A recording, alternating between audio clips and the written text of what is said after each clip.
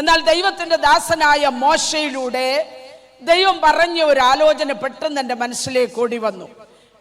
പുറപ്പാട് പുസ്തകം 25-ാം അധ്യായത്തിന്റെ 36-ാമത്തെ വാക്യം ഞാൻ അതിനാധാരമായി വായിക്കുക. നമ്മുടെ കുറിവാക്യം അതല്ല എങ്കിലും പ്രായമുള്ള മാതാക്കൾക്ക് വേണ്ടി ആ ഒരു വാക്യം ഞാൻ വായിക്കുകയാണ്. ദൈവത്തിന് സ്തോത്രം. പേടിക്കണ്ട, വായിച്ചോ.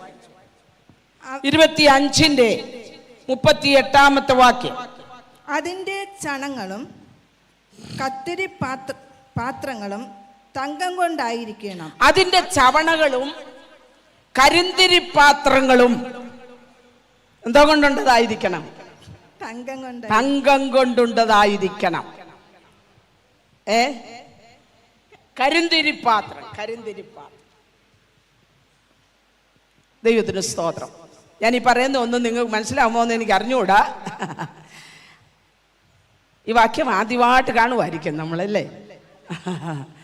സാരമില്ല, ഇങ്ങനെയല്ലയോ പഠിക്കുന്നത്. സമാഗമന കൂടാരത്തിനകത്ത് ഒരായുസ് മുഴുവൻ അല്ലെങ്കിൽ ബലം കുറയുന്ന കാലം വരെ ഇടിച്ചെടുത്ത തെളിവുള്ള ഒലിവെണ്ണ വലിച്ചെടുത്ത് ആലയത്തെ വളരെ പ്രകാശമാക്കി തീർത്ത ഒരു തിരിയിട്ട പാത്രമാണ് കരിന്തിരി പാത്രം. ഇപ്പോൾ അതിന് പഴയ പോലെ എന്ത് ചെയ്യാൻ പറ്റുന്നില്ല. എണ്ണയൊന്നും വലിച്ചെടുത്ത് പ്രകാശം പഴയതുപോലെ കൊടുക്കാൻ കഴിയുന്നില്ലെങ്കിലും മോശയോട് ദൈവം പറയുകയാ, നീ ആ പാത്രം കിദ്രോൻ തോട്ടിക്കൊണ്ട് കളയണ്ട, അത് എവിടെ സൂക്ഷിക്കണം? ആ പാത്രത്തിന്റെ മാറ്റ് കുറയാതെ അത് തങ്കം കൊണ്ട് തന്നെ അതായിരിക്കണം. പുതിയ തലമുറയോട് എനിക്ക് പറയാനുള്ള ഒരേ ഒരു വാക്യം അതാ. നമ്മൾ വരുമ്പോ ദൈവത്തിന് സ്തോത്രം, നല്ല മനോഹരമായ ഹോളുണ്ട്, ഇൻസ്ട്രുമെന്റ്സ് ഉണ്ട്, പാടാൻ ആരോഗ്യമുള്ള യുവതലമുറയുണ്ട്, പ്രാർത്ഥിക്കാനും ഓടാനും നടക്കാനുമുള്ള തലമുറകൾ നമ്മുടെ നടുവിൽ ദൈവം നമുക്ക് തന്നിട്ടുണ്ട്. പക്ഷെ നമ്മൾ ഒരു കാര്യം ഓർക്കണം, മുതൽ മുടക്കി, ആരോഗ്യം മുടക്കി, പണം മുടക്കി, ഇതിന്റെ പിൻപിൽ അധ്വാനിച്ച ഒരു പഴയ തലമുറയുണ്ട്. അവരെ പുറകോട്ട് തള്ളിക്കൊണ്ടാകരുത്, അതിന്റെ മാറ്റ് ഒരിക്കലും കുറയരുത്. Price the Lord. എത്ര പേർക്ക് അത് സന്തോഷിക്കാൻ കഴിയും?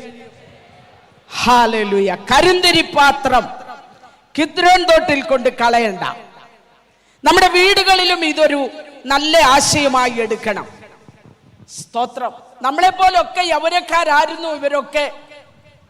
കുറച്ച് കഴിഞ്ഞപ്പോഴാണ് ഇപ്പൊ തലയൊക്കെ നരച്ച് ശോഭയുള്ള കിരീടമൊക്കെ തല വെച്ചോണ്ട് നമ്മുടെ നടുവിലൊക്കെ വന്നിരിക്കുന്നത്. ഇപ്പോഴും അവരുടെ അനുഭവങ്ങളുടെ മുമ്പിൽ നമ്മളൊന്നും ഒന്നുമില്ല ദൈവമക്കളെ. Praise the lord. അതുകൊണ്ട് വീടുകളും അവർക്കെങ്ങനാകരുത്, കിദ്രോൻ തോടാകരുത്. Praise the lord. വീടുകൾക്കകത്തും അവർ അപമാനിക്കപ്പെടരുത്, അവർ തളർത്തപ്പെടരുത്, മനസ്സു ക്ഷീണിക്കരുത്. സ്തോത്രം. പ്രത്യാശ കുറയാതെ, വിശ്വാസം കുറയാതെ നമ്മളോട് കൂടെ വസിച്ച് അവർ പ്രിയം വെച്ച കർത്താവിന്റെ സന്നിധിയിൽ വിശ്വാസത്തിൽ ആരോഗ്യമുള്ളവരായി, സ്നേഹമുള്ളവരായി, കരുതലുള്ളവരായി, സന്തോഷത്തോടെ നമ്മളെ അനുഗ്രഹിച്ച് അവിടേക്ക് പോകുവാൻ നാം അവസരം ഉണ്ടാക്കി കൊടുക്കണം. കരങ്ങളെ ഉയർത്തി ദൈവത്തെ സ്തുതിച്ചേ. അവഗണിക്കരുത് പ്രായമുള്ളവരെ, സഭയായാലും വീടായാലും.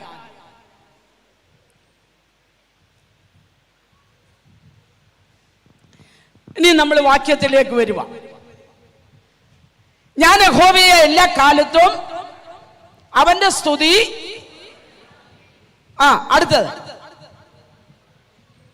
എന്നോട് ചേർന്ന് യഹോവയെ മഹിമപ്പെടുത്തുവീൻ.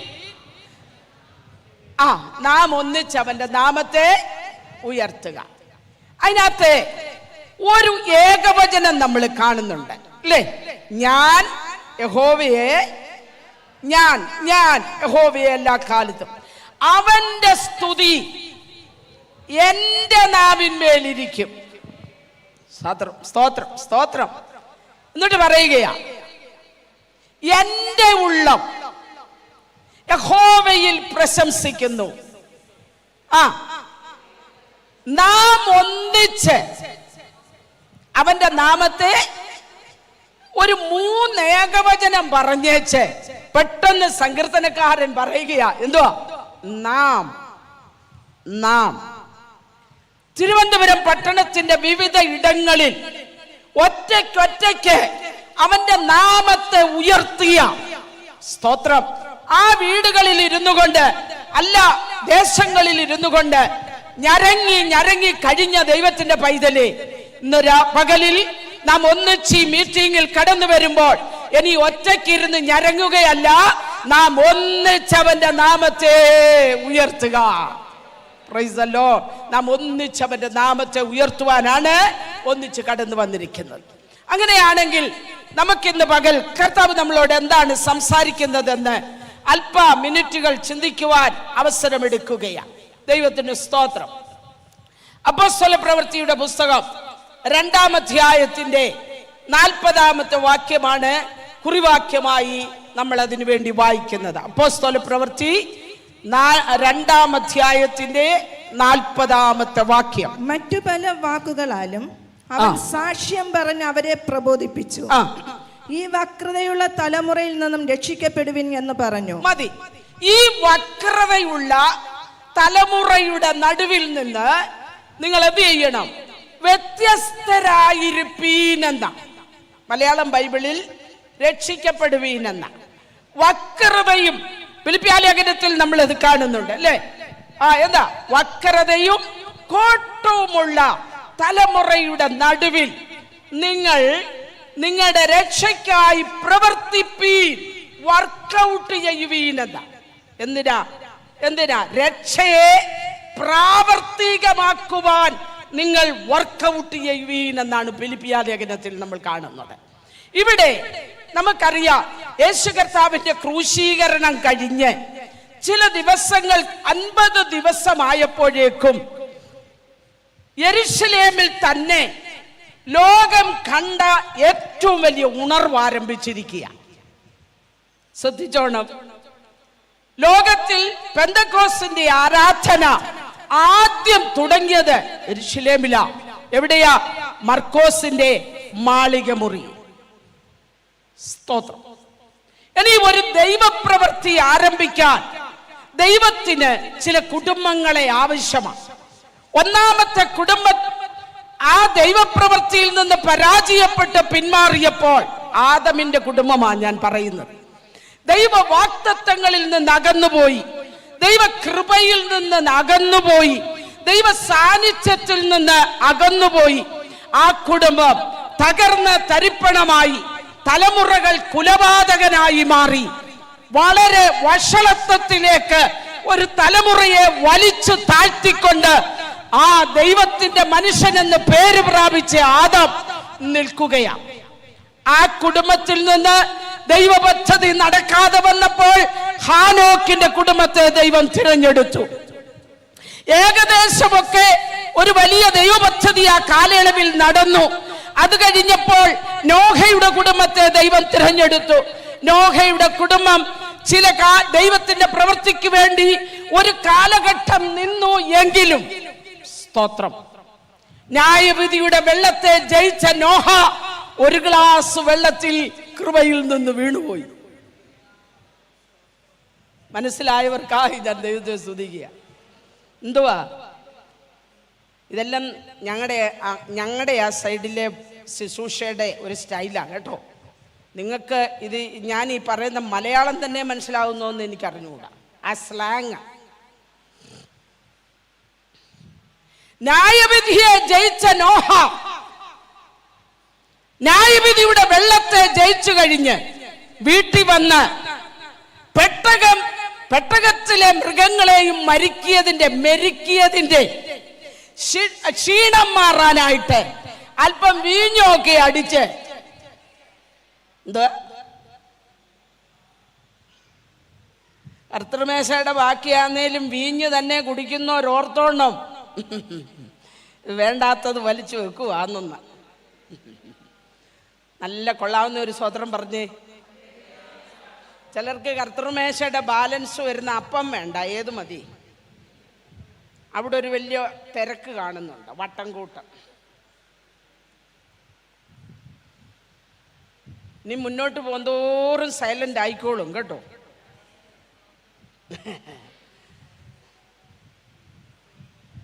നോഹ ഒരു ഗ്ലാസ് വെള്ളം കുടിച്ചപ്പോഴേ ലക്ക് പോയി, കൃപ പോയി.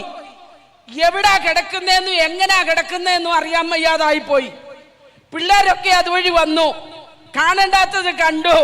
ഒരു തലമുറ ന്യായവിധിയുടെ വെള്ളത്തെ ജയിച്ചെങ്കിലും സ്തോത്രം സ്തോത്രം തന്റെ തലമുറ ശാപമേറ്റു വാങ്ങത്തക്കവണ്ണം കൃപയിൽ നിന്ന് നോഹ തകർന്നു പോയി. അവിടുന്ന് മാറി ദൈവം തന്റെ പദ്ധതി വേറൊരു കുടുംബത്തിലേക്ക് കൊണ്ടുവരികയാണ്. ആ കുടുംബത്തിന്റെ പേരാണ് അബ്രഹാമിന്റെ കുടുംബം. സ്തോത്രം. അബ്രഹാമിന്റെ കുടുംബം വിശ്വസിച്ചു, കേട്ടു, അനുസരിച്ചു, ആശ്രയിച്ചു, ആരാധിച്ചു, കൂടെ നടന്ന് ദൈവത്തിന്റെ മഹത്വം വെളിപ്പെടുത്തി. ഇടയ്ക്കിടയ്ക്ക് ചില പോരാട്ടങ്ങളും വീഴ്ചകളും വന്നെങ്കിലും അവിടെയെല്ലാം തിരുത്തി കൃപയിൽ നിർത്തി. ഹല്ലേലൂയ. ആമേൻ. ചേർത്ത് പിടിച്ച് ദൈവം തന്റെ പദ്ധതി അബ്രഹാമിലൂടെ തിരഞ്ഞെടുത്തു. ഓരോ യുഗത്തിലും ദൈവം തന്റെ പദ്ധതി ഓരോ കുടുംബങ്ങളിലൂടെ ചെയ്യുകയായിരുന്നു. ന്യായപ്രമാണ യുഗത്തിൽ വരുമ്പോൾ ദൈവം മോശയുടെ കുടുംബത്തെ തിരഞ്ഞെടുക്കുകയാണ്. 1000-10,000 കുഞ്ഞുങ്ങളെ നൈൽ നദിയിലെ മുതലകൾ വിഴുങ്ങിയപ്പോൾ ആ മുതലകൾ പാർക്കുന്ന അതേ ദേശത്ത് തന്നെ ദൈവം കണ്ടതിനെ കൊട്ടാരത്തിനകത്ത് വളർത്തി. ആമേൻ. ഇന്ന് പകലിൽ ദൈവം നിന്നെ കണ്ടിട്ടുണ്ടെങ്കിൽ നിനക്ക് വിരോധമായി അണിയറയിൽ ഏത് ശക്തികൾ ഒരുങ്ങിയാലും അതിന്റെ വായിൽ പെടാതെ നിന്നെ പരിപാലിക്കുന്ന ഒരു ദൈവകൃപയുടെ ആഴം ഈ പകലിലും ദൈവജനത്തിന്റെ മേൽ യേശുവിന്റെ നാമത്തിൽ പകരട്ടെ.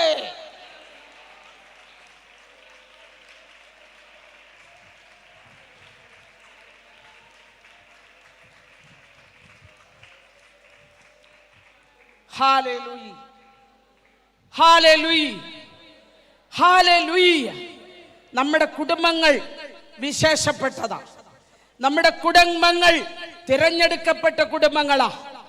അതിനെതിരെ മറ്റാർക്കുമില്ലാത്ത പോരാട്ടങ്ങൾ നമ്മുടെ കുടുംബത്തിന്റെ നേരെ, കുഞ്ഞുങ്ങളുടെ നേരെ, ആരോഗ്യത്തിന് നേരെ, സമ്പത്തിന് നേരെ, ദൈവകൃപയ്ക്ക് നേരെ, അകത്തുനിന്നും പുറത്തുനിന്നും വെല്ലുവിളികൾ ഉയരുമ്പോൾ നീ സന്തോഷിക്കേണ്ടത് എന്റെ ഭവനം ദൈവത്താൽ തിരഞ്ഞെടുക്കപ്പെട്ട ഒരു ഭവനമാ.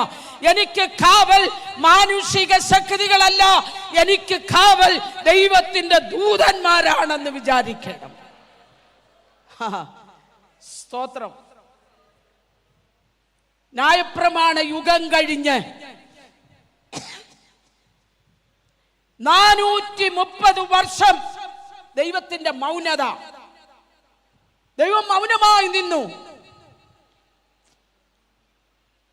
ആരാധന തകർന്നു, ആലയം തകർന്നു, ജനം ചിതറപ്പെട്ടു. ലോകത്തിന്റെ വിവിധ ഇടങ്ങളിലേക്ക് അവർ ഓടിപ്പോകേണ്ട അവസ്ഥകൾ ഇസ്രായേലിന്റെ ചരിത്രത്തിൽ ഉണ്ടായി. പക്ഷേ ദൈവത്തിന്റെ തിരഞ്ഞെടുപ്പ് മാറിയില്ല. ഒരു ദിവസം 400 വർഷത്തെ മൗനതയ്ക്ക് ശേഷം ദൈവത്തിന്റെ ദൂതൻ ആരാധിക്കുന്ന ഒരുവന്റെ വീട്ടിലേക്ക് ഇറങ്ങി വന്നിട്ട് പറയുകയോ, ഞാനൊരു തലമുറയെ പുറത്തു കൊണ്ടുവരാൻ പോകുകയോ, എലിയാവിന്റെ ആത്മാവോടും എലിയാവിന്റെ ശക്തിയോടും കൂടെ ഒരു തലമുറ.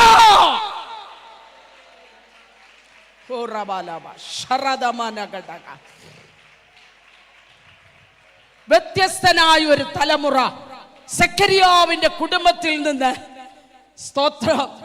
ലോകം ഭാഗ്യമെന്ന് പറയുന്നതൊന്നും ആ കുടുംബത്തിൽ ഇല്ലായിരുന്നു. പ്രാർത്ഥിക്കുന്നവന്റെ കുടുംബത്തെ നോക്കി നിനക്ക് ഭാഗ്യമെന്ന് പറയാൻ എന്തുണ്ട്? നിന്റെ പ്രാർത്ഥന ദൈവം കേൾക്കാത്തത് എന്ത്? ഈ വിധത്തിലുള്ള ചോദ്യങ്ങൾ ഉണ്ടെങ്കിലും അവൻ പതിവ് പോലെ ആലയത്തിൽ ചെന്ന് അവന്റെ ശുശ്രൂഷാകാലം തികച്ചു. ചോദ്യങ്ങളുടെ മുമ്പിൽ വാടിത്തളർന്നിരിക്കുകയല്ല, നിന്നെ ഏൽപ്പിച്ച ഒരു ശുശ്രൂഷയുണ്ട്. ഹല്ലേലൂയ. നിന്റെ നേരെ ഉയർന്നു വരുന്ന ചോദ്യങ്ങൾ അത് നിന്റെ നെഞ്ചിന് നേരെയല്ല വരുന്നത്. ആ ചോദ്യങ്ങൾ ചെന്ന് തറയ്ക്കുന്നത് നിന്നെ ഈ ശുശ്രൂഷയ്ക്ക് വിളിച്ചവന്റെ ചങ്കിന് നേരെയാ. ഉത്തരം കൊടുക്കേണ്ടത് അവിടുന്നാണ്. സ്തോത്രം, സ്തോത്രം. ദൈവത്തെ ഒന്ന് സ്തുതിച്ചേ. Praise the Lord. ആ കുടുംബത്തിലെ ദൈവിക ഇടപെടലോടൊപ്പം തന്നെ അവിടെയൊക്കെ നിന്ന് ഒത്തിരി കാര്യങ്ങൾ ഓർപ്പിക്കാനുണ്ടെങ്കിലും മുൻപോട്ട് പോവാ. കുടുംബം എന്നുള്ളതാ വിഷയം. വേറൊരു കുടുംബത്തിൽ 6 മാസം കഴിഞ്ഞപ്പോൾ ഒരു ദൈവപ്രത്യക്ഷത നമുക്കറിയാം. അവിടെ ചെന്ന് പറഞ്ഞു, ലോകം ഇന്ന് വരെ കണ്ടിട്ടില്ലാത്ത ഒരു പൈതലിന് നീ ജന്മം കൊടുക്കാൻ പോകുകയാ. ഇത് രണ്ടും പറഞ്ഞത് രണ്ടും മാതാക്കളോടാ. ഇന്ന് പകലിൽ ഇവിടെ തലമടക്കിയിരിക്കുന്ന ഓരോ അമ്മമാരോടും ദൈവത്തിന് പറയാനുള്ളത്, ഹല്ലേലൂയ, വ്യത്യസ്ത അമ്മയാണെങ്കിൽ, പ്രാർത്ഥിക്കുന്ന അമ്മയാണെങ്കിൽ, ആരാധിക്കുന്ന അമ്മയാണെങ്കിൽ നിനക്ക് ലഭിക്കുന്നത് ആത്മീകമുള്ള ഒരു തലമുറയായിരിക്കും. അയ്യോ, കർത്താവിനെ കൈയടിച്ച് അപമാനിക്കണ്ട കേട്ടോ. അടിക്കുകയാണെങ്കിൽ കൊള്ളാവുന്ന അടി അടിക്കണം. ഈ ഉമ്മ വെറ്റിലെ ചുണ്ണാമ്പ് തേക്കുന്ന പോലെ അവിടെ വേറെ ദൂതന്മാരുണ്ട് ആരാധിക്കാൻ.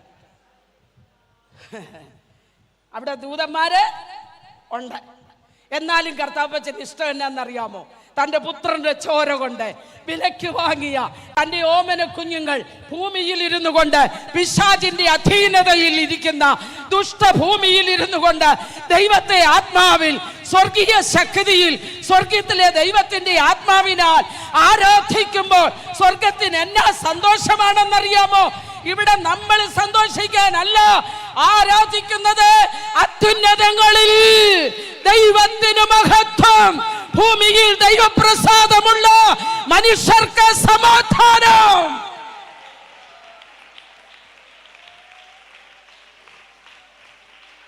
ഓ ഹല്ലേലൂയ. ആരാധിക്കുന്ന ദൈവത്തിന്റെ പൈതലേ, ദൈവം മഹത്വപ്പെടട്ടെ. ആരാധിക്കുന്ന നമുക്കൊരു സമാധാനമുണ്ടാകട്ടെ.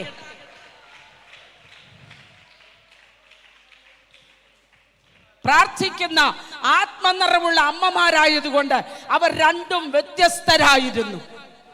സ്തോത്രം. ദൂത് കേട്ട അമ്മമാർ രണ്ടും കൂടെ 3 മാസം ഒന്നിച്ച് വാർത്തു. 3 ദിവസമല്ല,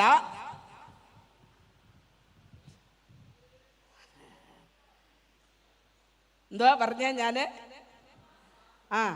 3 ദിവസം ഒരുപോലെ ജീവിക്കുമോ? അതിൻ്റെ ഇടയ്ക്ക് 3 കമ്മിറ്റി കൂടണം, അതാത് ദിവസത്തെ പ്രശ്നം പരിഹരിക്കാൻ. എലിസബത്തിന്റെ വീട്ടിൽ ആത്മനിറവും ദൂതും കേട്ട ഒരു ചെറുപ്പക്കാരത്തി ഓടി ചെല്ലുകയാ. സ്തോത്രം.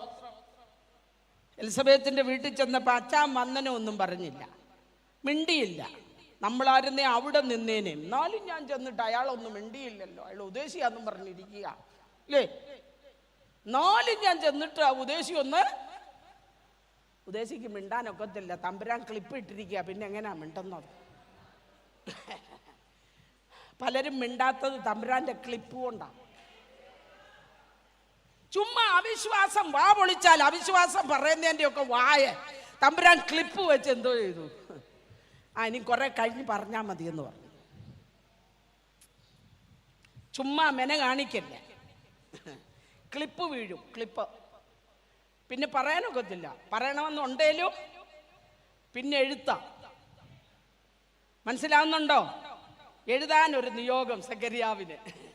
സെഖര്യാവ് ദൈവഹിതം എഴുതി. അങ്ങനെ എഴുതിയാലേ ഈ ക്ലിപ്പ് പൊട്ടുള്ളൂ. ക്ലിപ്പ് ഊരണമെങ്കിൽ ചിലത് ദൈവഹിതം എഴുതണം. മനസ്സിലായവർക്കായി സ്തോത്രം ചെയ്യുകയാണ്. രണ്ട് വ്യത്യസ്ത തലമുറ ജനിച്ചു വരികയാണ്. യോഹന്നാൻ 6 മാസത്തെ കൂടെ മൂത്തതാ. പക്ഷേ ആത്മനിറവുള്ള അമ്മ, സ്തോത്രം, ദൂത് കേട്ട അമ്മ അവനോട് പറഞ്ഞു, മോനെ, നീ ഒരു പുരോഹിതനല്ല, നീ പ്രവാചകനാ. ഇത് കേട്ടോ, ആത്മനിറവുള്ള അമ്മ ചുമ്മാ പിള്ളാരോട് അതും ഇതും പറയല്ലേ, ദൂത് പറയണം. എന്തോ പറയണം? അത് കിട്ടിയല്ലേ പറയാൻ നോക്കൂ, കിട്ടിയല്ലേ പറയാൻ നോക്കൂ. നീ ആരാകും? ഇന്ന് വരെ ഞാൻ കേട്ടിട്ടില്ല, മകനെ മകളെ നിന്നെ ബീഹാറിലോട്ട് ഒരു ആത്മനിയോഗം ഉണ്ടൊന്ന് പോ. ബീഹാറോ? നാളെ വന്ന ദേവദാസനും ദാസിയും പറഞ്ഞു, മഞ്ഞു പെയ്യുന്ന നാട്ടിലോട്ടാ എന്നെ. മഞ്ഞെന്നെ കേരളത്തിൽ പെയ്തില്ല, ബീഹാറിലും മഞ്ഞൊക്കെ പെയ്യും. ഇനി എപ്പോഴും ഇല്ലെന്നേ ഉള്ളൂ.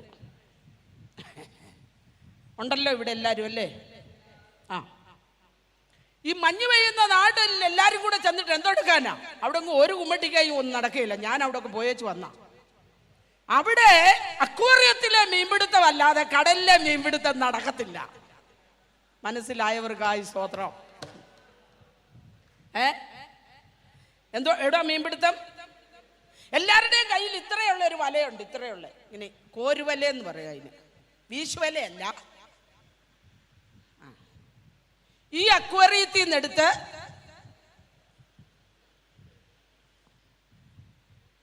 അവിടുന്ന് സ്ഥലം മാറുമ്പോ ആ അക്വേറിയത്തിൽ നിന്നെടുത്ത്, എന്നാലും അതിനകത്തുനിന്ന് ഹൈജാക്ക് ചെയ്യുന്നവരുണ്ട്. ഒന്നും മനസ്സിലാവുന്നില്ലെന്ന് തോന്നുന്നു. ആയി വരും വീട്ടിൽ ചെല്ലുമ്പോഴത്തേന്.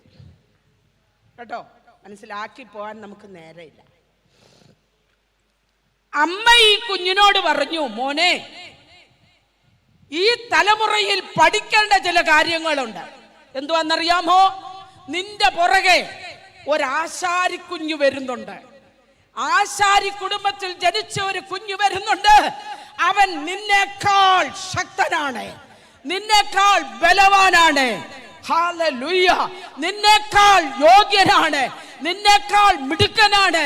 അതുകൊണ്ട് നീ ഒരു കാര്യം ചെയ്ത്, അച്ഛൻ കുടുംബത്തിലൊക്കെ പറഞ്ഞാണെങ്കിലും ആണല്ലോ അല്ലേ? യോഹന്നാൻ സ്നാപകൻ എവിടെ ജനിച്ചത്? അപ്പൻ അച്ഛനായിരുന്നു, പുരോഹിതനായിരുന്നു. പുരോഹിത കുടുംബത്തിന്റെ പാരമ്പര്യം നിനക്കുണ്ടെങ്കിലും ഒരു പാരമ്പര്യവും ഇല്ലാത്ത ആ ആശാരിക്കുഞ്ഞിന് വേണ്ടി വഴിമാറിക്കൊട്. ഇത് പഠിപ്പിക്കണം. ആത്മനിറവുള്ള അമ്മ. ഇന്ന് മത്സരങ്ങളുടെ ലോകമാ, ആണല്ലോ. വാക്യം പോലും എന്തെടുക്കുക? 119 സങ്കീർത്തനം ഒറ്റ ശ്വാസത്തിൽ പിള്ളേർക്ക് ഉറക്കവും കൊടുക്കുകയില്ല, ഊണും കൊടുക്കുകയില്ല. പഠിപ്പിച്ചേച്ച അമ്മമാര് തമ്മിൽ മത്സരം. പിള്ളേരുടെ മനസ്സിലില്ല. പിള്ളേർക്ക് ഇത് ചൊല്ലി തീർത്തിട്ട് ഒരു പാത്രം വാങ്ങിക്കണമെന്നേ ഉള്ളൂ. പക്ഷെ അമ്മമാരുടെ അകത്ത് എന്തോ വരിക. ഇങ്ങനെ ഇരുന്നാ ഞാൻ 2 മണിയായാലും ഇന്ന് നിർത്തുമെന്ന് തോന്നുന്നില്ല. അതുകൊണ്ട് ഉത്സാഹത്തോടെ ഇരിക്കണം. ഞാൻ പറയുന്നത് എന്തോന്ന് മനസ്സിലാവുന്നുണ്ടോ? എന്തുവാ നമ്മുടെ തലമുറയ്ക്ക് പറഞ്ഞു കൊടുക്കുന്നത്?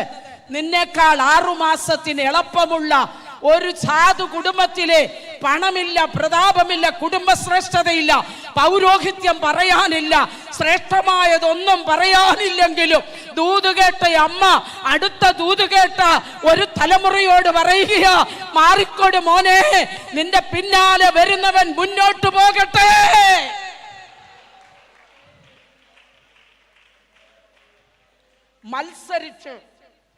മത്സരിച്ച് കയറാനല്ല പഠിപ്പിക്കുന്നത്.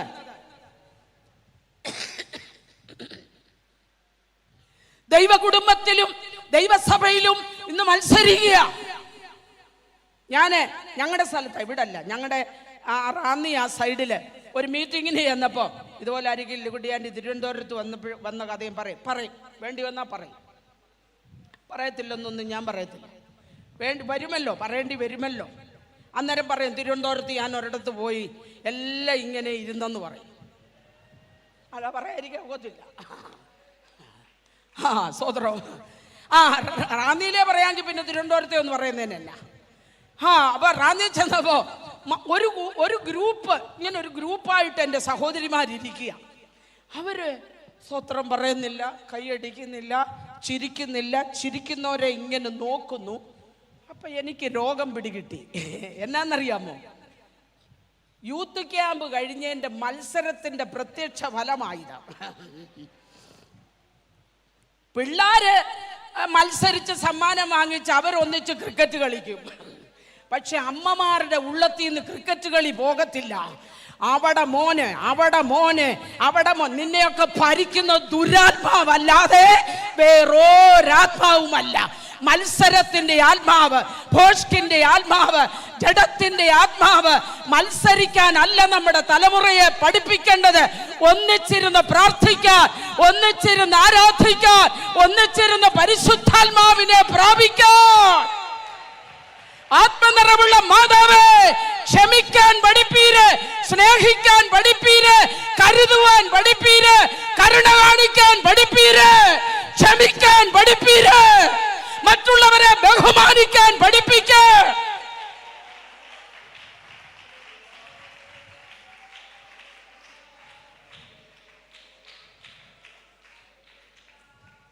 എന്തുവാ നമ്മൾ പറഞ്ഞു കൊടുക്കുന്നത്? നമ്മൾ പറഞ്ഞു കൊടുക്കും, മക്കളെ ഞാൻ പറയുന്ന പോലെ അന്യഭാഷ, നീ പറയുന്ന അന്യഭാഷ അല്ല കൊച്ചു പറയേണ്ടത്. നിന്റെ നാക്കെ തന്നത് നീ പറഞ്ഞാൽ മതി. കൊച്ചിന് വേറെയാ തമ്പുരാൻ വെച്ചിരിക്കുന്നത്. ഞാൻ പറയുന്ന പോലെ അന്യഭാഷ അത് പറയണ്ട. ആത്മാവ് അവർക്ക്,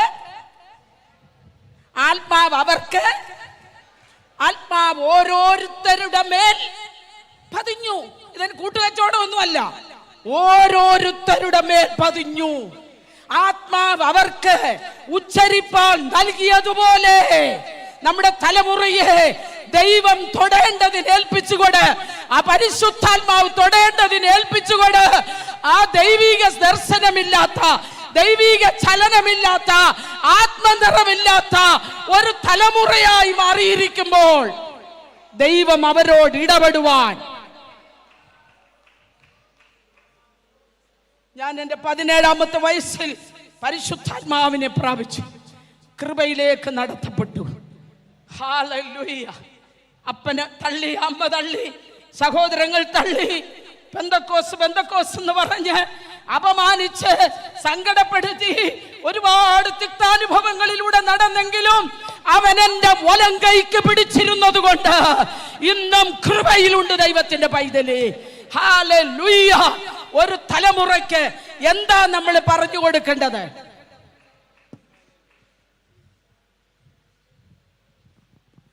പ്രാർത്ഥിച്ചു വാങ്ങാൻ അവരെ പഠിപ്പിക്കണം.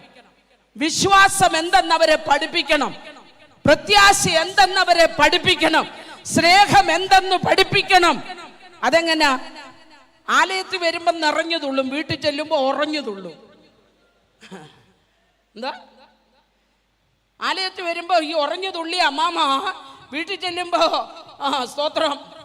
ആലയത്തിൽ വന്ന് നിറഞ്ഞതുള്ളി അമ്മാമ, വീട്ടിൽ ചെല്ലുമ്പോ പിള്ളേര് ഇങ്ങനെ ഉറഞ്ഞതുള്ളുക.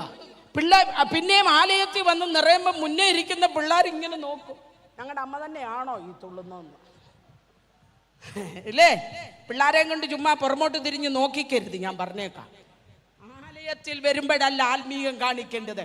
നിന്റെ തലമുറയെ വളർത്തുന്നതിന്, നിന്റെ തലമുറയ്ക്ക് നല്ലത് പറഞ്ഞു കൊടുക്കേണ്ടതിന്, അവരെ എങ്ങനെ ഡ്രസ്സ് ധരിപ്പിക്കണം, അവർ പ്രാർത്ഥിക്കേണ്ടത് എങ്ങനെയാ, അവരെ ചില ശീലങ്ങൾ പഠിപ്പിക്കേണ്ടതിന്, ഉപവസിക്കാൻ പഠിപ്പിക്കാൻ, ദൈവവചനം വായിക്കാൻ പഠിപ്പിക്കാൻ. സ്തോത്രം, സ്തോത്രം, സ്തോത്രം. സൺഡേ സ്കൂളിൽ കൃത്യമായി പോകാൻ പഠിപ്പിക്കാൻ. വീട്ടിൽ ഫോണുമായി മുറിക്കകത്തേക്ക് കയറുമ്പോ ആ മുറിയുടെ വാതിലിന്റെ കൊളുത്ത് ചുറ്റിക കൊണ്ട് അടിച്ച് ഇല്ലാതാക്കാൻ ഒരമ്മയ്ക്ക് അഭിഷേകം വേണമെന്നാണ് ഞാൻ പറയുന്നത്. ഇപ്പൊ പരാതി എന്നാന്നറിയാമോ? ഞാൻ പറയുന്നതൊക്കെ മനസ്സിലാവുന്നുണ്ടല്ലോ അല്ലേ? വിളിച്ച മുറി തുറക്കത്തില്ല. ഞാൻ ആ അമ്മാമ്മയോട് ചോദിച്ചു, ചുറ്റിക വീട്ടിലില്ലായിരുന്നോ? മുറി തുറക്കത്തില്ലെന്ന്. ഇനി അവള് കൊളുത്തിടരുത്. ആ പരുവത്തിൽ ആ കൊളുത്തിന് ഒരെണ്ണം കൊടുക്കണം. വീട്ടിൽ പൂട്ടിയിരുന്ന്, റൂം പൂട്ടിയിരുന്ന് ഈ 24 അവേഴ്സും ഫോണ് റിസർച്ച് ചെയ്യാൻ. നീ ആര്?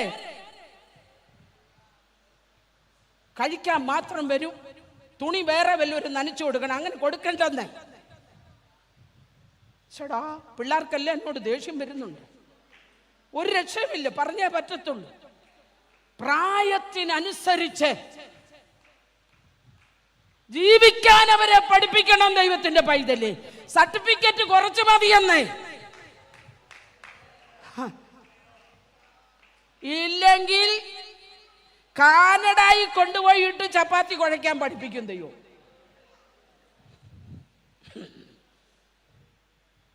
അനുഗ്രഹിച്ചങ്ങ് കാനഡായി കൊണ്ടുപോകും. അവിടെ ചെല്ലുമ്പോൾ ചപ്പാത്തി കുഴയ്ക്കാൻ പഠിക്കും. ഇവിടെ നിന്ന് കുഴി, ഗോതമ്പ് കുഴയത്തില്ല, നമ്മൾ കുഴി. വേണ്ട കേട്ടോ. പരിശുദ്ധാത്മാവെന്ന് പറയുന്നത് ആലയത്തിലേക്ക് മാത്രമുള്ളതല്ല, സകല സത്യത്തിലും വഴി നടത്തണം. സകല ലോകത്തിന്റെ ശക്തിയെയും ജയിക്കുന്നതാ, ജഡത്തിന്റെ ശക്തിയെ ജയിക്കുന്നതാ, ജ്ഞാനത്തോടെ നടത്തുന്നതാ. Hallelujah, hallelujah. രണ്ടമ്മമ്മ ഇവരെ പഠിപ്പിച്ചു.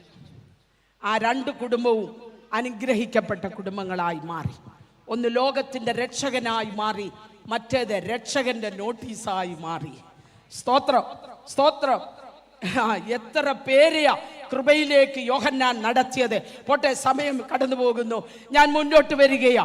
കൃപായുഗത്തിൽ ആത്മയുഗം വരുമ്പോൾ മർക്കോസിന്റെ മാളിക മുറി സ്വർഗം തിരഞ്ഞെടുത്തു. Price the Lord. മർക്കോസിന്റെ മാളിക മുറിയിൽ 120 പേർ ഒന്നിച്ചുകൂടിയിരിക്കുകയാ. അവർ ഇന്നലകളിൽ വന്നുപോയ കുറവുകളെ കുറിച്ച് ഏറ്റുപറഞ്ഞ് യഥാസ്ഥാനപ്പെട്ട് ഒന്നിച്ചൊരു ദൈവശക്തിക്ക് വേണ്ടി പ്രാർത്ഥിക്കുമ്പോൾ കാലാവസ്ഥാ നിരീക്ഷകർ അറിയാതെ ഒരു കാറ്റ്, പ്രൈസ് ദി ലോർഡ്, ലോകം ആരും അറിയാതെ പ്രാർത്ഥിക്കുന്ന നിന്റെ മുറിക്കകത്തേക്ക് ദൈവശക്തി പകരാൻ കരുത്തനായവൻ ഇന്ന് പകൽ നമ്മുടെ നടുവിൽ ഉണ്ട്. ദിനംതോറും പ്രാർത്ഥിക്കുന്ന ദൈവ പൈതലേ, നിന്റെ ഭവനം ഒരു മർക്കോസിന്റെ മാളിക മുറിയാക്കുവാൻ, എഫെസോസാക്കുവാൻ, ശമരിയാക്കുവാൻ, ഹല്ലേലൂയ, കൈസര്യയിൽ ഇത്താലിക എന്ന വീട്ടിൽ, എന്ന സ്ഥലത്ത് ശതാധിപന്റെ വീട്ടിൽ പെന്തക്കോസ്തിന്റെ 4 അനുഭവങ്ങളും വീടുകളിലാണ് നടന്നത്. നമ്മുടെ വീടുകൾ ആത്മനിറവിന്റെ സങ്കേതങ്ങളായി മാറട്ടെ. നമ്മുടെ തലമുറകൾ അതിന്റെ ഭാഗവാക്കുകളായി തീരട്ടെ. ദൈവം സ്പർശിക്കുന്ന ഒരു തലമുറ.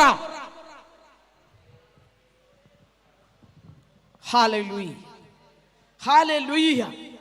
ദൈവത്തിന്റെ സ്നേഹം അറിയുന്ന, ഐ ലവ് യു ജീസസ് എന്നൊന്നും പാടിയാ ഒക്കത്തില്ല.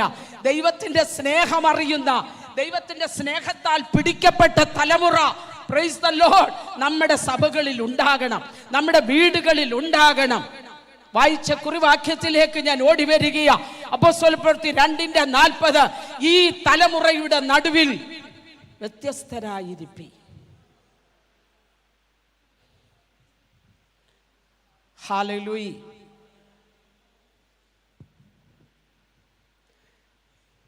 വിശ്വാസം നമ്മളെ വ്യത്യസ്തരാക്കി അല്ലേ? നമ്മൾ ആയിരുന്ന ഇടത്തുനിന്ന് നമ്മൾ എന്തിനാ മാറിയത്? നമ്മൾ ഏറ്റുപറഞ്ഞ വിശ്വാസം, ഏറ്റെടുത്ത ദൈവകൃപ, പ്രാപിച്ച വിശുദ്ധി, പാലിച്ച അനുഭവങ്ങൾ. ഇതൊന്നും മറക്കല്ലേ, ഞാൻ ഈ പറയുന്ന വേടുകളൊന്നും മറക്കല്ലേ. ഏറ്റുപറഞ്ഞ വിശ്വാസം, ഏറ്റെടുത്ത വിശുദ്ധി, പ്രാപിച്ച ദൈവകൃപ. ഇതൊന്നും നമ്മൾ എന്ത് ചെയ്യരുത്. ഇതാണ് നമ്മളെ എന്താക്കിയത്? വ്യത്യസ്തരാക്കിയത്, വ്യത്യസ്തരാക്കിയത്. അങ്ങനെയാണെങ്കിൽ ഈ തലമുറയെ കുറിച്ച് ചില കാര്യങ്ങൾ ഞാൻ ഓർപ്പിക്കുന്നു. ഒന്നാമത്, ഈ തലമുറയെ കുറിച്ച് ദൈവത്തിന്റെ വചനം പറയുന്നത് വക്രതയുള്ള തലമുറ, കോട്ടമുള്ള തലമുറ. ഇത് പത്രോസ് അപ്പോസ്തലൻ പറയുമ്പോൾ ഏകദേശം അതുതന്നെ ആയിരുന്നു തലമുറയുടെ അവസ്ഥ.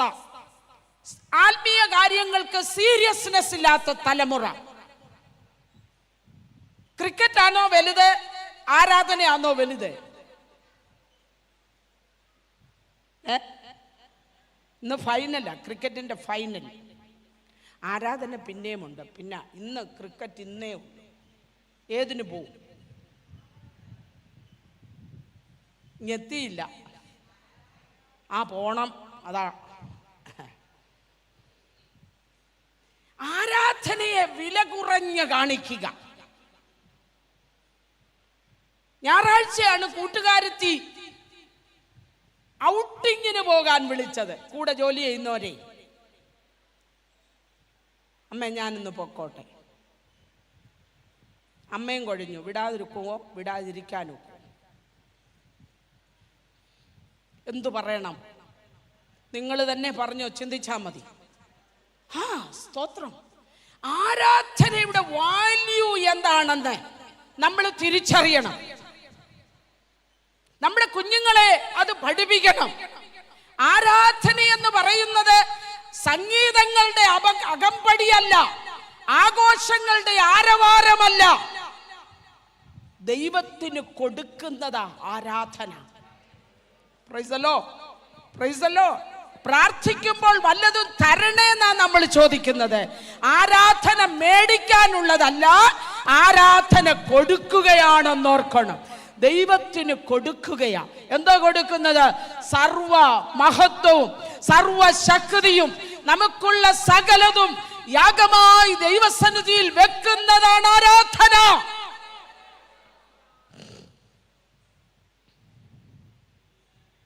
ഹല്ലേലൂയ. വാല്യൂ സിസ്റ്റം എല്ലാം കീഴ്മേൽ മറിഞ്ഞു.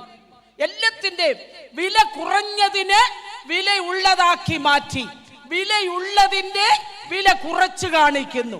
അങ്ങനൊരു കാലഘട്ടമായി ഇപ്പം വന്നിരിക്കുന്നത്. വിശ്വാസത്തിന് എന്തു വില?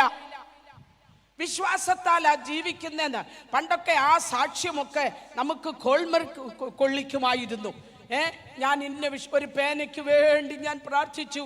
ഇതൊക്കെ കേൾക്കുമ്പോൾ ഇപ്പോഴത്തെ തലമുറ എന്തോ ചെയ്യും? പേനായിക്ക് പ്രാർത്ഥിച്ചാൽ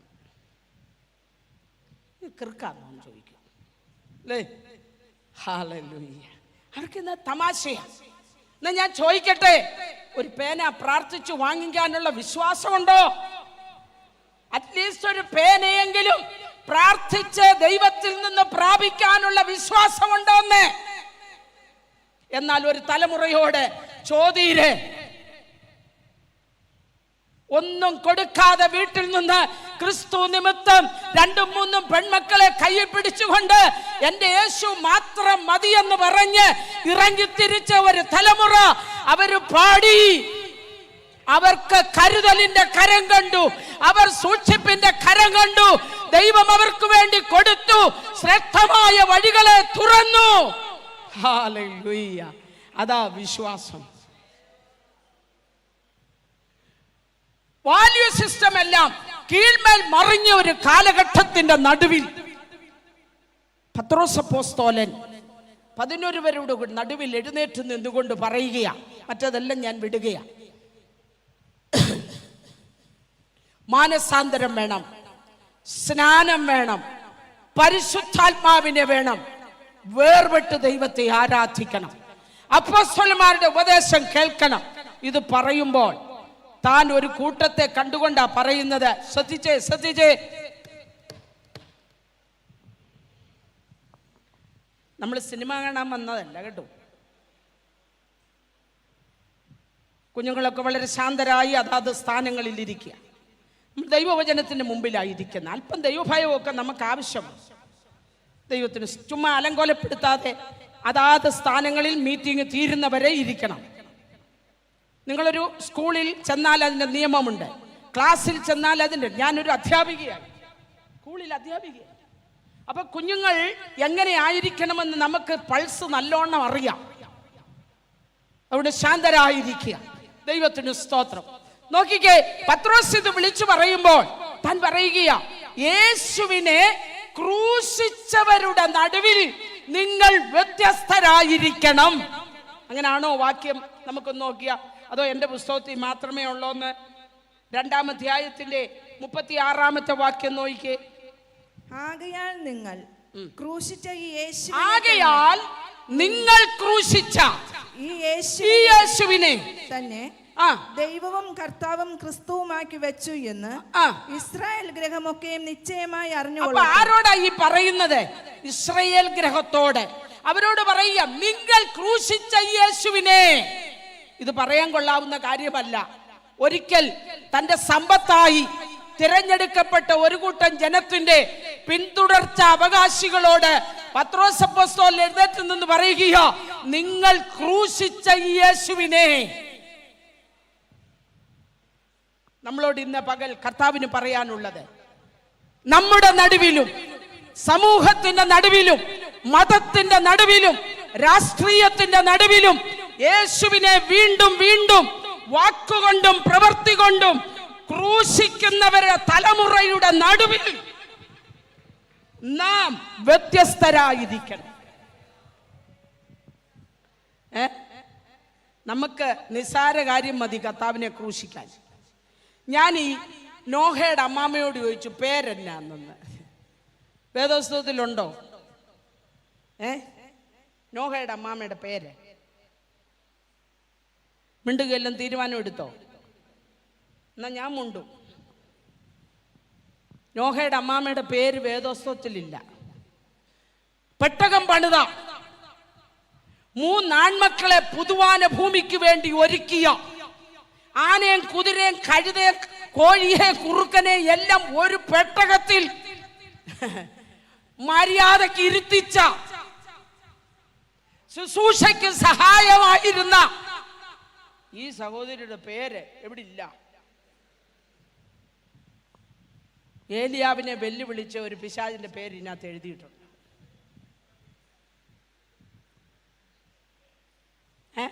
ഇല്ലോ, എത്രയിടത്ത് എഴുതിയിട്ടുണ്ട്? 2-3 എഴുതിയിട്ടുണ്ട്. ആ നേരത്തിന് പരിശുദ്ധാത്മാവിന് ഈ നോഹയുടെ ഭാര്യയുടെ പേരൊന്ന് എഴുതി വെച്ചാൽ നമ്മളീ പലർക്കും വീണേനേമല്ലോ ആ പേര്, അല്ലേ? ഇല്ല. അപ്പൊ അവരെന്നോട് പറഞ്ഞു കേൾക്കണം, പേരില്ലേലും ഞാനൊന്നും അല്ലെങ്കിലും എന്നെ ഒന്നും ആക്കിയില്ലെങ്കിലും എന്നിലൂടെ പുറത്തു വരേണ്ട ശുശ്രൂഷ ഞാൻ നിറപടിയായി ചെയ്തുകൊണ്ടിരിക്കും. ഇതൊക്കെ ഒന്ന് മാതൃകയാക്കാൻ നല്ലതാണ്. ഇപ്പം നമ്മുടെ ഇടയിൽ ആ പ്രശ്നം എന്നാന്നറിയാം. ഇപ്പോൾ ഒരു മീറ്റിംഗ് നടന്നു. ഇപ്പം നമ്മൾ മീറ്റിങ്ങിലാണല്ലോ. ഇത് കഴിയുമ്പോൾ എന്നാ നിങ്ങൾ പറയാമെന്നല്ല, ഉദാഹരണം പറയാം കേട്ടോ. നിങ്ങളെല്ലാം നല്ല മനുഷ്യരാണ്. എന്നാലും എനിക്കൊന്ന് പ്രാർത്ഥിക്കാൻ അവസരം തന്നില്ലല്ലോ. എന്നാ വീട്ടിൽ ഇരുന്ന് എന്നാ വേല? വീട്ടിൽ ഇരുന്ന് എന്നാ വേല? വീട്ടിൽ ഇരുന്ന് പ്രാർത്ഥിച്ചാൽ അങ്ങ് മേപ്പോട്ട് പോകത്തില്ലയോ? അതോ ഇത് വേണോ? 10,000 രൂപയേ ഉള്ളൂ. ഇതേലൊന്ന് വാങ്ങിച്ച് പ്രാർത്ഥനാ മുറി വെച്ച് ചുമ്മാ പ്രാർത്ഥിച്ചോണം ഒക്കുവോ? അതൊക്കത്തില്ല. എനിക്ക് എവിടെ പ്രാർത്ഥിക്കണം? നോഹയുടെ അമ്മാമ്മ പറഞ്ഞു, ഞാൻ ആരുമല്ല. ദൈവാലോചന കേട്ട എൻ്റെ ഭർത്താവിനോടൊപ്പം ആലയം പെട്ടകം പണിക്ക് ചുമൽ കൊടുക്കാൻ എൻ്റെ ചുമൽ എപ്പോഴും ബലമുള്ളതാ. മാത്രമല്ല, അരുളപ്പാട് എന്തെന്നറിയാത്ത ദൈവശബ്ദത്തിന് ഹൃദയം അടച്ചു കളഞ്ഞ ലോക ഇമ്പങ്ങളിലേക്ക് ഓടുന്ന ദൈവാലോചനയെ തിരസ്കരിക്കുന്ന ഒരു തലമുറയുടെ നടുവിൽ 3 കെടുകെട്ടിയ ആമ്പിള്ളാരെ പെട്ടകത്തിനകത്ത് ഇരിക്കേണ്ടതെങ്ങനെ, നടക്കേണ്ടതെങ്ങനെ, സംസാരിക്കേണ്ടതെങ്ങനെ, ആനയും കുതിരയൊക്കെ ഒതുക്കേണ്ടതെങ്ങനെ എന്ന് പഠിപ്പിച്ച ഒരമ്മയാ ഞാന്. എനിക്ക് പേരല്ല വിഷയം, ശുശ്രൂഷയാ വിഷയം. നമ്മുടെ ഇടയിൽ ഈ ക്വാളിറ്റിയൊക്കെ വരണം. നമുക്ക് പേരും പെരുമയൊന്നും വേണ്ട. ദൈവം ഏൽപ്പിക്കുന്നവരോടുകൂടെ, ദൈവം എഴുന്നേൽപ്പിക്കുന്നവരോടുകൂടെ, അരുളപ്പാട് ഏറ്റെടുത്തവരോടുകൂടെ ചേർന്നു നിന്നുകൊണ്ട് നമ്മളെ ഏൽപ്പിക്കുന്ന ശുശ്രൂഷ ചെയ്താൽ അവിടെ ക്രിസ്തു ക്രൂശിക്കപ്പെടുകയല്ല, അവന്റെ നാമം മഹിമപ്പെടുകയാണ്. ഹല്ലേലൂയ. ഇസ്രായേലിനെ ഇത് പറയാൻ കാരണമെന്നാ? ദൈവത്തിന്റെ സമ്പത്തായിരുന്നു. പുറപ്പാട് പുസ്തകം 19 വരുമ്പോൾ ഇസ്രായേൽ മക്കൾ എന്ന് പറയുന്നത് ദൈവത്തിന്റെ സമ്പത്താ. വിശ്വസിച്ച് ആശ്രയിച്ച് അനുസരിച്ച് ആരാധിച്ച് ഇറങ്ങിത്തിരിച്ച ഒരു ഭക്തന്റെ തലമുറ ഇപ്പൊ ആരായി മാറി? യേശുവിനെ ക്രൂശിക്കുന്നവരുടെ ലിസ്റ്റിലേക്ക് മാറി. അബ്രഹാമിന്റെ സന്തതികൾ. Hallelujah, hallelujah. ഇത് നമുക്കൊരു പാഠമാ ദൈവമക്കളെ. ഹല്ലേലൂയ.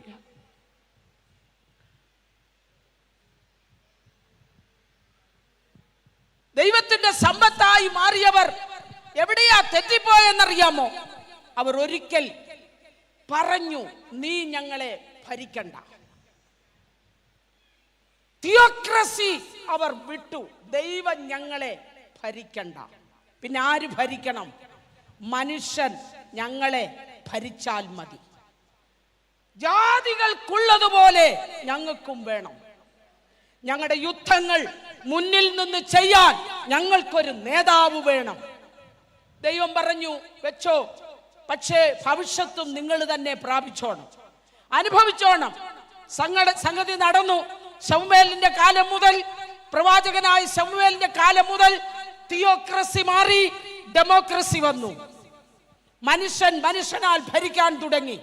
20 ഓടിച്ച് ഞാനങ്ങ് പറയുക കേട്ടോ. 20, 19, 39 രാജാക്കന്മാർ ഇസ്രയേൽ എന്ന രാജ്യം ഭരിച്ചു.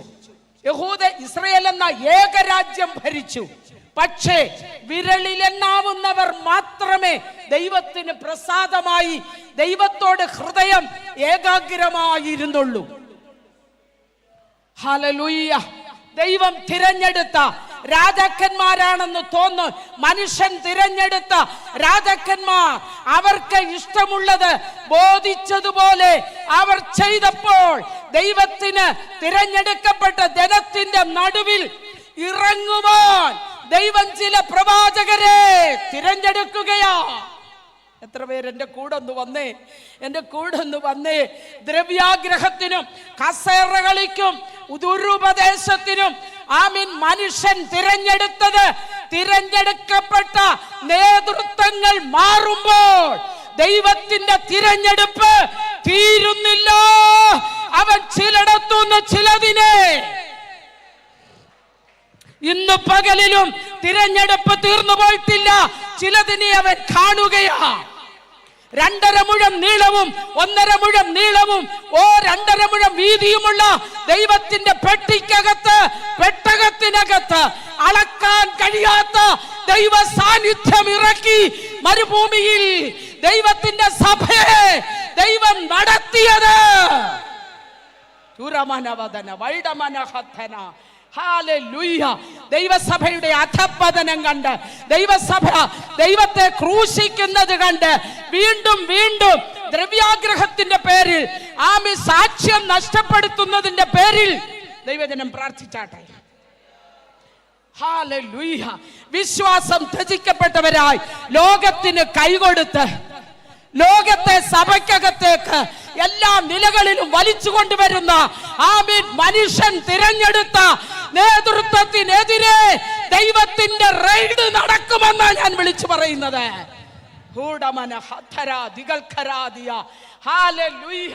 ദൈവം ചിലതിനെ കാണുകയാ. കാട്ടിൽ യുദ്ധം ചെയ്യുന്ന ചിലതുണ്ട്, കാട്ടുമൃഗങ്ങളുമായി യുദ്ധം ചെയ്യുന്ന ചിലതുണ്ട്. അപ്പനേൽപ്പിച്ച ആടിനെ സന്തോഷത്തോടെ വിശ്വസ്തയോടെ പാലിക്കുന്ന ചില ദാവീദന്മാരുണ്ട്.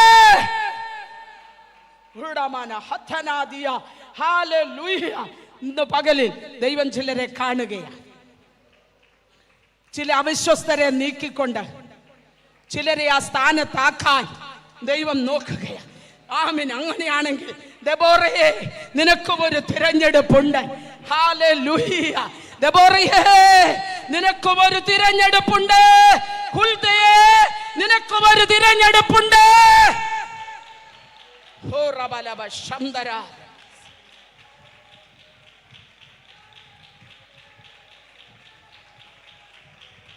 അതല്യ രാജകുമാർ കുഞ്ഞുങ്ങളെ കൊന്നൊടുക്കുമ്പോൾ ഹുൽദയെ യോശിയാവിനോട് ചേർന്ന് നിന്നുകൊണ്ട് ഹല്ലേലൂയ ഒരു ഉണർവിനെ, പ്രായം വിഷയമല്ല, ബിസിനസ് വിഷയമല്ല, ജോലി വിഷയമല്ല, തമ്പുരാന് വേണ്ടി നിൽക്ക്.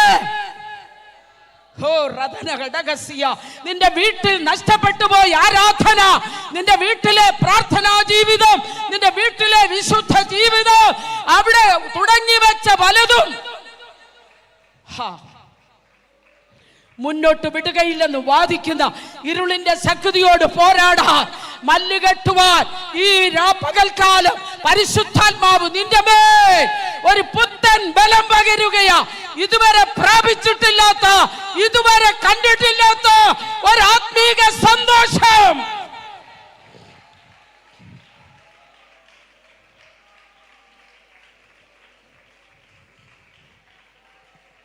ഹല്ലേലൂയ,